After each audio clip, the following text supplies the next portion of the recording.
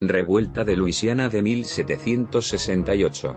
La revuelta fue el resultado de una conspiración de los principales comerciantes y plantadores de Nueva Orleans contra el primer gobernador español, Antonio de Ulloa. Sin derramamiento de sangre, lograron expulsarlo de la colonia con la ayuda de los colonos que habían sido engañados e intimidados para que apoyaran la causa rebelde.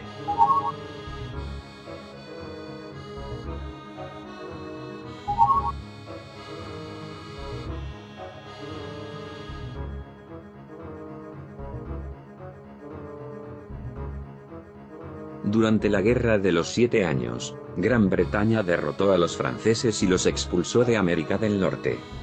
Cerca del final del conflicto, la firma del Tercer Pacto de Familia arrastró a España a una guerra para la que no estaba preparada y en la que, ya de entrada, se unía al lado perdedor, por lo que tuvo que sufrir la ocupación de La Habana y Manila a manos de los británicos.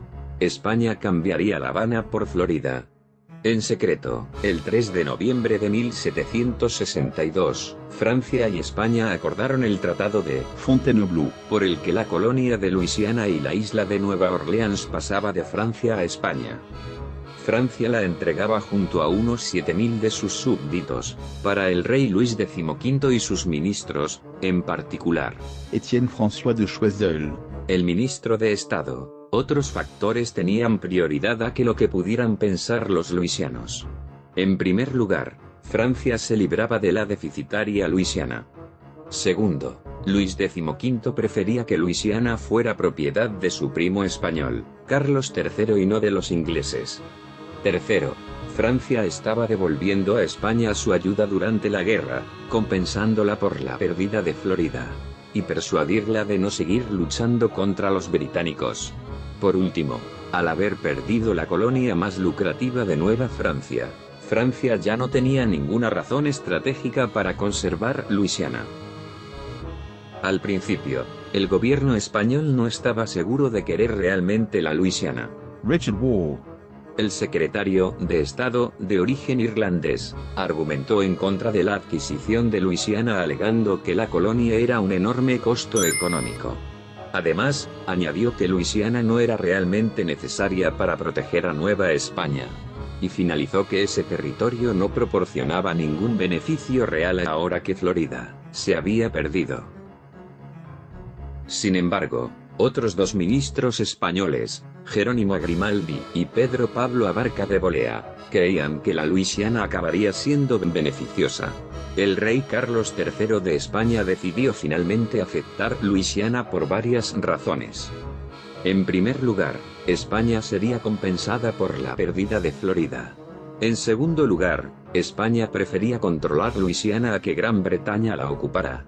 En tercer lugar, España consideraba que Luisiana era un tapón entre las crecientes colonias británicas de la costa atlántica y el virreinato de Nueva España.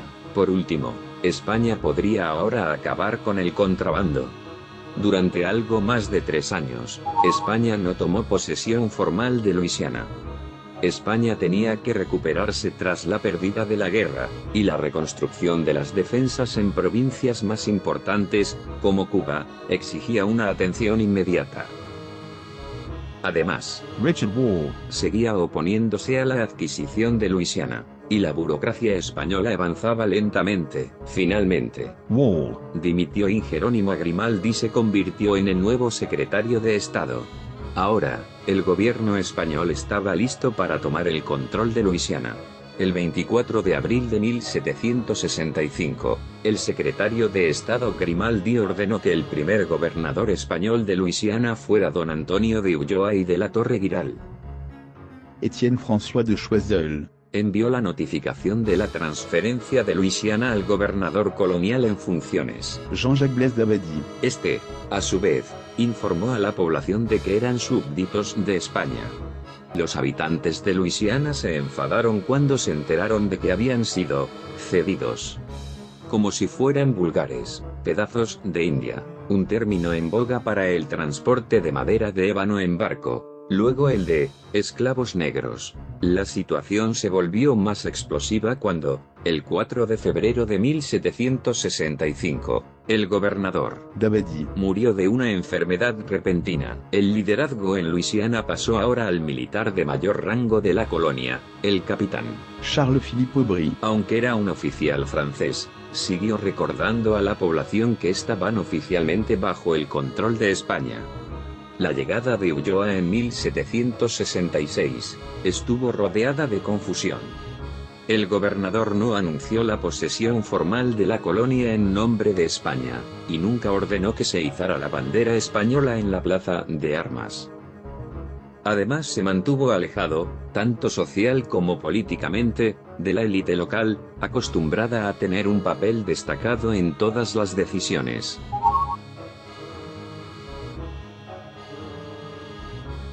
Sin embargo, más que esta reticencia, lo que más molestó a los colonos principales fueron las reformas comerciales de Ulloa que eliminaban el contrabando.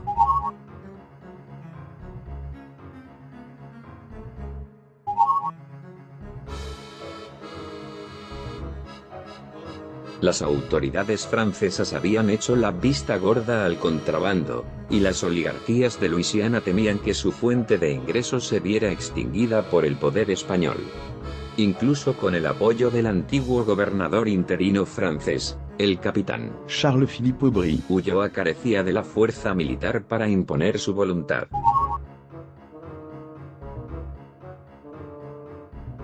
El primer acto abierto de rebelión ocurrió el 25 de octubre. Ulloa se enteró de que los alemanes estaban siendo incitados y envió Gilbert Saint-Maxent. a ellos con fondos para pagar la deuda, pero los conspiradores interceptaron y retuvieron a Saint-Maxent. Denis-Nicolas Foucault. Fue uno de los principales cabecillas del complot. Era el comisario de Luisiana tanto bajo Francia como continuando en 1768. El gobierno francés le había ordenado permanecer en el cargo hasta que los españoles hubieran implementado su sistema económico. Gozaba de gran respeto en Luisiana por su posición oficial en el gobierno francés, y aunque había aceptado sobornos de los contrabandistas, al menos distribuía su riqueza por la colonia. Nicolas Chauvin de la Fronnière. Fue otro de los principales instigadores de la rebelión. Había sido fiscal general de Luisiana bajo Francia y extraoficialmente bajo los españoles, y tenía mucha influencia y amigos.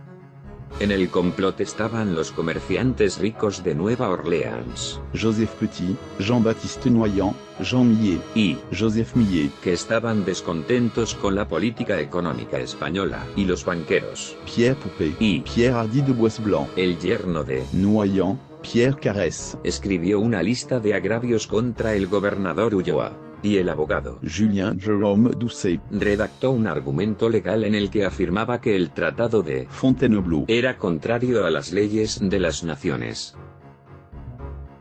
Los documentos de Caresse. y Doucet. fueron presentados al impresor, Denis Broad. quien distribuyó copias de los mismos en Nueva Orleans. También enviaron César Maison. a la colonia británica de Florida Occidental para obtener algún tipo de apoyo. Los funcionarios británicos, sin embargo, no lo apoyaron, ya que querían evitar un incidente internacional. El 28 de octubre de 1768, la llamada milicia de 560 acadianos y alemanes que entraron en la ciudad para unirse a los rebeldes de Nueva Orleans, se entregaron al alcohol y se embriagaron, con 1 millar de hombres armados recorriendo las calles a los gritos de Vive le bon vin de Bordeaux. el capitán Aubry. decidió que no tenía suficientes hombres a su disposición para aprovechar la oportunidad de la borrachera y desalojar a la turba. El capitán protestó ante Foucault. y La Fronnière. que su rebelión era una traición y que acabaría siendo destruida, pero le ignoraron. A instancias de Aubry. Ulloa, se refugió a bordo del paquebote español Volante, que estaba anclado en el río, y dio instrucciones para la destrucción de los documentos oficiales. El 29 de octubre de 1768, el Consejo Superior votó entonces que el gobernador Ulloa abandonara la colonia en un plazo de 3 días. En la noche del 31 de octubre al 1 de noviembre de 1768, el gobernador Ulloa, su mujer embarazada, soldados y los simpatizantes navegaron por el río Mississippi y se adentraron en el Golfo de México hacia La Habana a bordo de la fragata francesa César, ya que el volante no estaba en condiciones de navegar. Muchos habitantes de Luisiana lo celebraron, pero el capitán Aubry, les advirtió que lo peor estaba por llegar. Los conspiradores se enfrentaban ahora a la cuestión de qué hacer a continuación. Nunca mostraron ningún indicio de que buscaran la independencia. Más bien querían volver a la autoridad francesa. Seleccionaron a Jean Millet, para que solicitara al gobierno francés la recuperación de Luisiana. Sin embargo, su misión fue un fracaso. El duque de Choiseul, más contento de haberse anexionado Córcega después de Lorena que de que se le devolviera Luisiana, concedió una breve audiencia y luego se negó a llevar a los enviados de la revolución ante el rey. Luis XV no quería saber nada de Luisiana ni de sus turbulentos habitantes. Su querido primo, el rey de España, tenía que ocuparse él mismo de su imperio. Muchos colonos retiraron su apoyo inicial a los rebeldes tras la destitución de Ulloa. Alrededor del 6 de julio de 1769, el brigadier español de origen irlandés Alejandro O'Reilly, navegó hacia Luisiana con 24 barcos, cargados con 46 cañones, 150.000 pesos y casi 2.600 soldados. Llegaron a La Balise, el 21 de julio.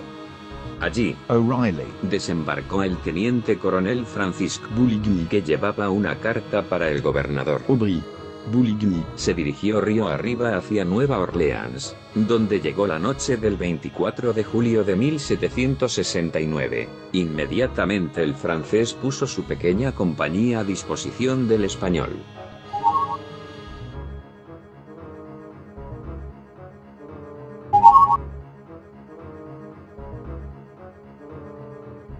La flotilla de O'Reilly, llegó a Nueva Orleans tras varias semanas navegando río arriba. O'Reilly, Desembarcó el 18 de agosto, habiéndose reunido previamente con Aubry, para comunicarle que deseaba celebrar la ceremonia de toma de posesión formal de Luisiana nada más llegar.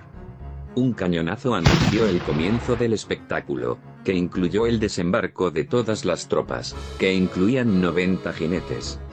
Aubry, Leyó las órdenes de transferencia de los reyes de Francia y España, y puso las llaves de las puertas de la ciudad a los pies de O'Reilly, Se arrió formalmente la bandera francesa y se izó la española sobre la plaza de armas, y sonaron disparos de artillería y mosquetes, mientras los soldados franceses y españoles gritaban, ¡Vivan los reyes! La ceremonia concluyó con un Te Deum en la catedral.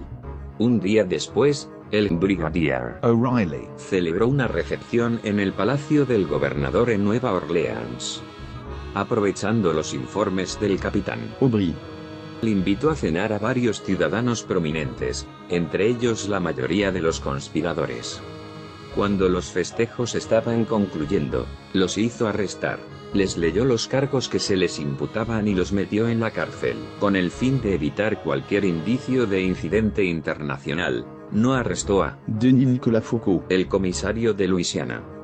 Dado que todavía tenía un cargo oficial en el gobierno francés, ordenó al capitán Aubry, que lo pusiera bajo arresto domiciliario.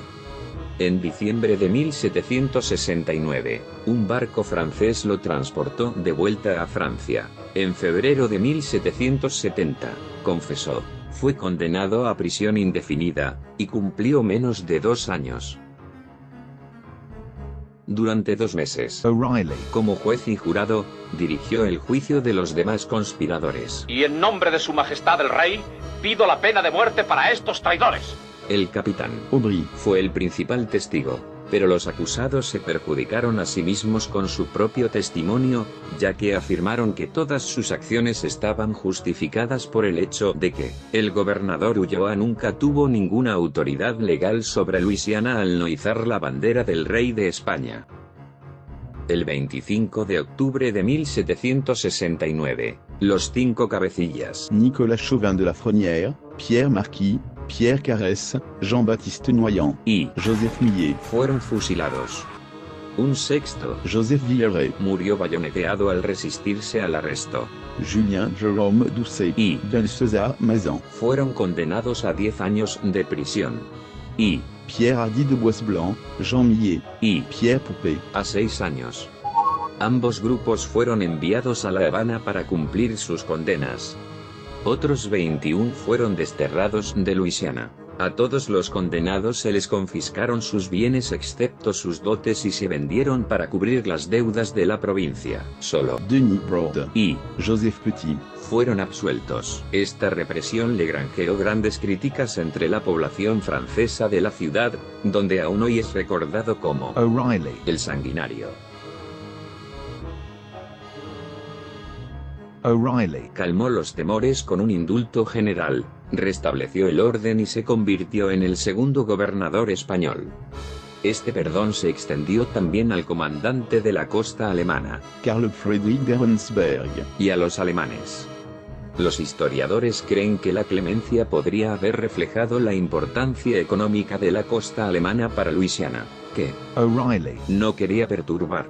Un mes después de las ejecuciones, promulgó nuevas leyes para la provincia, conocidas como Código. O'Reilly, En él se combinaban las leyes de Indias con la comprensión que el irlandés tenía de las 7 partidas, pero se dejaban los procedimientos legales franceses que estaba en consonancia con la ley española. Se revisaron los sistemas administrativo y judicial, y se descentralizaron los tribunales, estableciendo justicias locales y suprimiendo el Consejo Superior, cuyos miembros fueron en gran parte responsables de la rebelión. Fue sustituido por el Cabildo, utilizado en toda la América española.